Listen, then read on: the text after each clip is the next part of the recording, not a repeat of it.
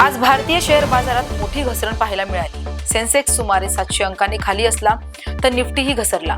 जागतिक स्तरावर वाढलेला तणाव आणि आयटी क्षेत्रातील विक्री यामुळे गुंतवणूकदारांनी मोठ्या प्रमाणावर शेअर्स विक्री केली। त्यामुळे बाजारात अस्थिरता निर्माण झाली आहे। ठाणे शहरात वाढत्या पाणी टंचाईमुळे प्रशासनाने वाहन धुण्यावर बंदी घातली आहे। जलसाठे कमी झाल्यामुळे नागरिकांना पाणी वापरात काटकसर करण्याचे आवाहन करण्यात आले आहे। महिला आरक्षण विधेयकावरून राज्यातील राजकारण पुन्हा एकदा तापले आहे। सत्ताधारी आणि विरोधकांमध्ये आरोप प्रत्यारोप सुरू असून या मुद्द्यावर राजकीय वातावरण चांगलेच ढवळून निघाले आहे। बुलढाण्यात 4 वर्षापूर्वी घडलेल्या खून प्रकरणाचा उलगडा झाला आहे। आरोपीच्या पत्नीनेच सत्य बाहेर आणल्यामुळे पोलिसांना तपासात यश मिळाले। प्रकरण दृश्यम चित्रपटासारखे गुंतागुंतीचे असल्याचे सांगितले जात आहे।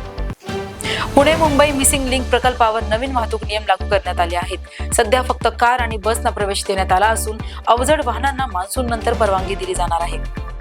महाराष्ट्रात मुद्रा कर्जाची थकबाकी 6,700 कोटी रुपयांवर पोहोचली आहे। गेल्या वर्षभरात यात मोठी वाढ झाली असून बँकिंग क्षेत्रासाठी ही चिंतेची बाब मानली जात आहे। जुनी पेन्शन योजना लागू करण्याच्या मागणीसाठी राज्यातील लाखो कर्मचारी संपाच्या तयारीत आहेत। यामुळे शासकीय कामकाजावर परिणाम होण्याची शक्यता आहे। देखभाल कामांमुळे पिंपरी चिंचवड शहरात काही काळासाठी पाणी पुरवठा बंद ठेवण्यात आला। नागरिकांना आधीच पाणी साठवण्याचा सल्ला देण्यात आला आहे। पुण्यात ब्रेक फेल झाल्यामुळे पीएमपीएमएल बस थेट दुकानात घुसली। या अपघातात मोठे आर्थिक नुकसान झाले, मात्र सुदैवाने जीवितहानी टळली। नगर जिल्ह्यातील भातोडी गावात जल जीवन योजनेचे काम पूर्ण न झाल्यामुळे ग्रामस्थ संतप्त झाले आहेत। 2 कोटी खर्चूनही पाणी न मिळाल्याने आंदोलन करण्यात आले।